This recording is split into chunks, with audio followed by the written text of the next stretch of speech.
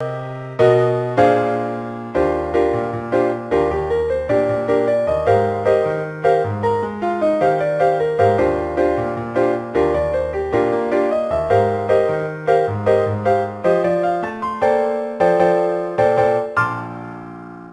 traders, Raghee here. Before we dive into a recap of this morning's trades in an effort to really give you all clarity, especially if you're a new member, give you clarity on the process. And I will tell you guys, first thing in the morning, the markets are moving, volatility is high. I'm putting my trades in, trying to get the alerts out. It's quick paced. I totally acknowledge that. And kudos to everybody who has decided that they want to put this skill literally in their toolbox, meaning day trading.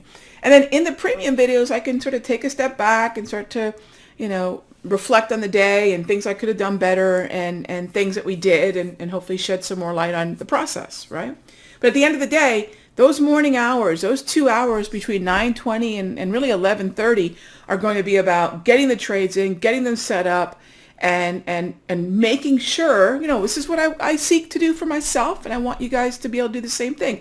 Making sure that in some small way, either I haven't lost a lot that morning of day trading, or even better yet, as we have now done for 2 mornings in a row, we put a little bit more in our account. And we've gone 8 for 8. We had 4 trades yesterday, 4 winners, 4 trades today, another 4 winners. And that's the kind of trading we like to do. All right. So before I go there, I'm going to cover a few things on the end of day charts and a few of the alerts that I sent out that are longer term end of day alerts. So the crude oil market is one that I'm not recommending a lot of folks do trade, but if you do focus on July, we focused on July for the day trades, and you can focus on July for the end of day. I would look at July, the CLN contract, or CLQ, which is August. I would go further out looking at July or looking at August. And a lot of this move here lower, gang, that's we took advantage of day trading. So when we get to that part of the premium video,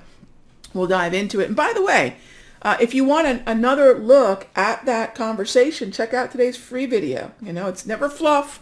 It's all about giving folks a little bit more of an insight into what we do in the room every day. Okay, another trade that I sent out was the bond market, the June ZB 30-year bond, and we're looking to buy at the 178.10 as a trigger level. Now, another thing that you can do when we have the bearish momentum down to 178.10 is we can also look at the TLT calls. So if you take a look at what we've done in the past with ZB, oftentimes we've been open to the TLT calls, and you'll notice that I'm looking at those TLT calls for the June 19 expiration, the 163s. Now, I'll bid on the bid. In other words, what does that mean? I'm not going to pay up. I'm not going to pay the ask or the offer. I'm going to sit on the bid, maybe in between the bid and offer. So I'll be somewhere between, say, 395 and 4 on the movement lower. So I'll at least give you guys an idea of where I'm bidding. Just here's the thing. Don't pay the offer and put your order as close to or barely just above the bid. I don't want you overpaying. And why should you ask the offer what they're wanting when you're buying something that technically not a lot of people want, which is a call in a market on a down day? Seize your advantage, and your advantage is going to be found in sort of the secret of options trading, futures or stocks or ETFs, and that is volatility. All right, so you can look at the ZB, the 178.10. You can look at the TLT, the 163 calls for June.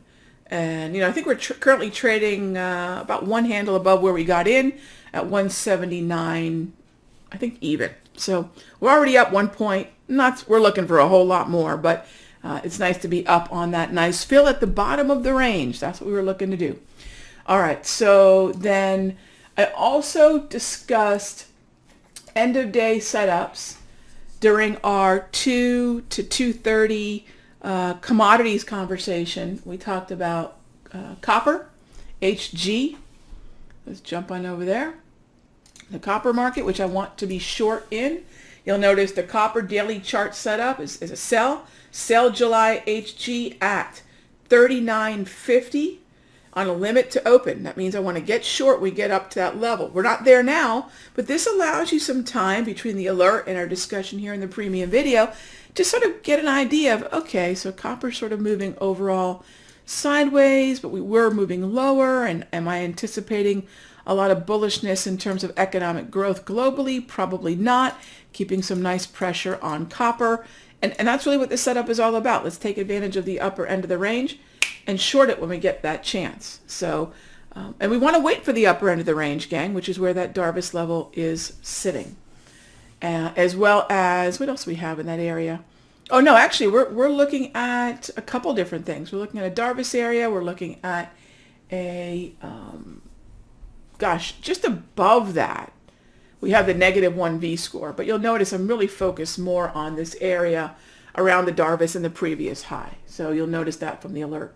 The other alert that I sent out was for live cattle. We have been short ags for coming up on a month and a half, I guess now. So when the coronavirus narrative first sort of reared its ugly head and it was geographically tied to Asia, the first thing that I did is I shorted China, I shorted Hong Kong and Singapore, and I started to play what we call the ag unwind in anticipation that China may not be able to meet their phase 1 commitments. So we said, well, where was phase 1 most heralded? Beans, the pork and beans trade, which actually was pork, beans, and cattle trade. So those are the markets that benefited from that. So we immediately went to say, well, let's short those markets because the perceived demand is not going to be there and literally may not be there. Literally the demand may not be there. So let's short those markets. And so those are some of the first shorts we made some time back. And that's continued to be a really productive trade. And I'm going to continue to play that to the downside, the shorts. And this is giving us another opportunity. Now, there's a little bit of bullishness around cattle because of the reopening. And so you'll know that I recommended an 89.45 zone for the short, and also a higher level, 91.20 to 91.80. So when I send out an agro, moderate, and conservative array of entries, or even just a moderate and a conservative, or whatever combination it may be, remember, the more aggressive the trade is, it's not lower probability, it's just a further distance from the stop. Moderate, a little bit less distance. Conservative, this the narrowest distance. So really the way you're supposed to read that is conservative is less risky, not because it's any surer a trade, but because the distance from the entry to the stop is the narrowest, right? Agro is the greatest. So when you ask yourself, which one do I take? The answer is simple. Which one can you afford to lose from?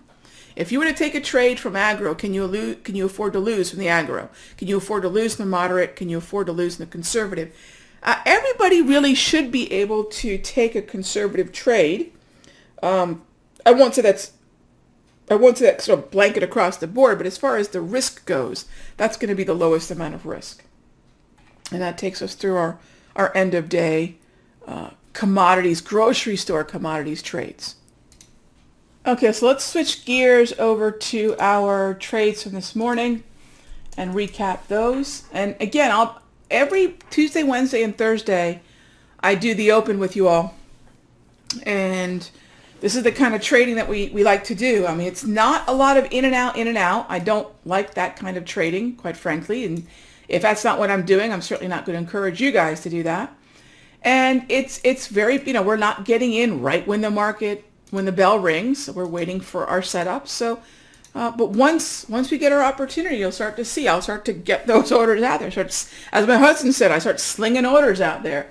Agro, moderate, conservative. Sometimes I'm adding in some options. I mean, I'll start slinging orders, but I will wait until I have my edge. And then once I have that edge, the chaos, as he says, the slinging of the orders, as he says, begins, right? So some of you may not know my husband trades here in the office with me. So we looked at the 30-minute clearing range, and a lot of folks have asked, well, Rog, why have we returned to that? And the reason we have is because we now have a market that's responding, reacting, respecting the ranges, the hourly price movement ranges in a better way than they have. Okay, they were really not respecting them that much when the volatility initially took off. Now the auto chartist has caught up to the volatility in a better way, and volatility is simultaneously contracted. So now they're sort of meeting in the middle, and HPMRs are quite in sync again. You've got to know when your tool is a fish out of water, so to speak. And because I created this tool, I have a very good idea of when it works and when it doesn't. And that's one of the great things about being the creator of a tool. You know, when you understand the calculations, you understand what's making it plot, and you understand when not to necessarily use it. Okay, you understand its Achilles heel, if you will. And every indicator, gang, has an Achilles heel, right? Okay, so we want to start off with a look at the ES. Again, clearing range breach triggered our wanting to get short, and that's why you saw me send out the ES trades. And let me show you here. This is what we did. Agro, not necessarily for everybody, or an interesting place to build a position via ES puts, long puts, because we want to short, or long SPY puts. Again, it's just an ETF alternative. So 28.64 is the trigger. After that, 28.68. The final level was 78. We never got that. So today the agro and the moderate filled, which means I did not have my full position size, which is fine. I think the idea that there's one magical unicorn level for every trade is really incorrect.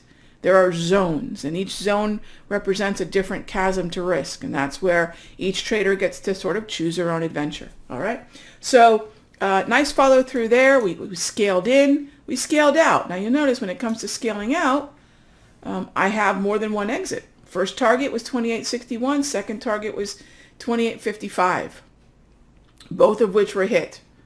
All right, and then after that, you might ask, well, what do I do after the second target, Rog? You can put a trailing stop at the first or second target, and at that point, no matter what happens, the remainder of your position will get stopped out at a win.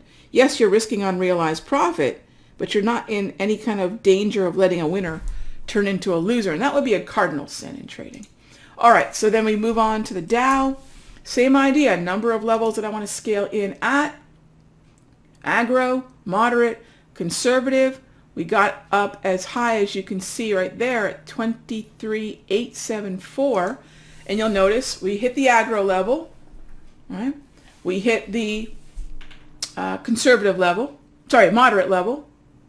And then there's my conservative 23.850. And again, we had 23.874. So all three of our levels on the Dow were filled.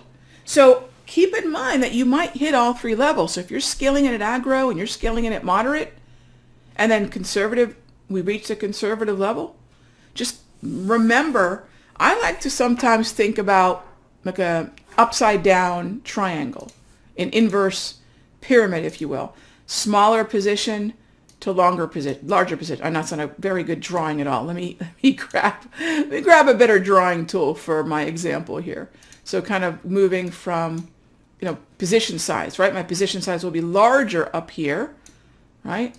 So I'm just kind of giving you guys an idea of how you can think about position sizing. Smaller position size, a little bit larger, then largest up in this area. So kind of think about upside down triangle or an inverse pyramid. So that way, as you get to conservative, the layer of the entry that's closest to the stop, that will also be your biggest position size. So again, on the way down, you'll see we had two targets, 23.665, hit that. Not by much, though. Not by much. 661 was the low there. And then we made lower lows later on, right? But you can see that the market kind of got choppy in the middle of the day. But here's the thing. We got ours, right? That's what I'm really after. We got ours, and we were good to go after the morning. We did the same thing on the RTY. Same idea. Breach, retreat, waiting for the levels to come, and we waited a while. Let me mention this too. We waited a while, and it might seem at first like, Rog, are we ever going to get a retreat? It took some time to get our fill. But don't be impatient. Don't be impatient. I think a lot of traders start to get very, very impatient, and they start to overtrade the first maybe 30 or 45 minutes only to regret it, only to say, watch the market go down, down, down, get short at 1260 and go, oh gosh, I could have gotten short at 1277. I could have gotten short at 1270. So you'll watch me in the morning how patient I am with the trust that markets typically tend to want to correct. So we had our aggro at 1269, our moderate at 1274, and our conservative at 1277. And you'll notice right here, we made a high at 1278. All three levels were hit. And then, again, hitting our downside target. So if you're not comfortable sitting through the heat, the unrealized loss between the aggro and the conservative, you have a pretty good idea of two things. Either you're trading too large at the aggro, and you can consider minis, fewer minis, micros, or even the IWM puts in the case of the Russell, or the aggro entry is just not something that you're wired for right now, and focus on the moderate and certainly the conservative.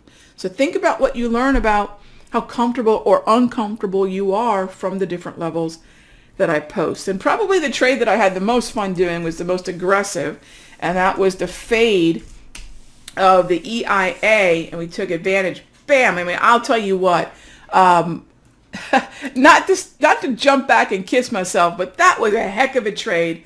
I had a lot of fun putting that trade on, and that was a 25.93 entry, and really nice trade for us. And it's aggressive. Why? Because we're taking advantage of the volatility and in this case, sort of the spike higher on data. But rather than being positioned before the data, we want to position ourselves at these fatigue points, at these exhaustion points, at the outer edges of the data, outer edges of the response to it. Okay? So I got to say, I look back and I think, gosh, I don't know that I can put a trade on better than that. So I'm glad we had a really good day of trading. Think about how long we waited. Think about how patient you need to be. Day trading is not about, clicking away on the keyboard and getting in 200 times. What did I do? I scaled into a bunch of trades. I really had 4 basic trades with 3 levels each. And as each one of those levels got taken out, I scaled in. And as each one of my profit targets got hit, I scaled out. And that's it. That is it. So these are the kind of days I love. These are the kind of trading days I think are fantastic. And let's see if we can't make it 3 for 3 this week. Tuesday, Wednesday, boom, and Thursday. I'll see you tomorrow morning at 9:20.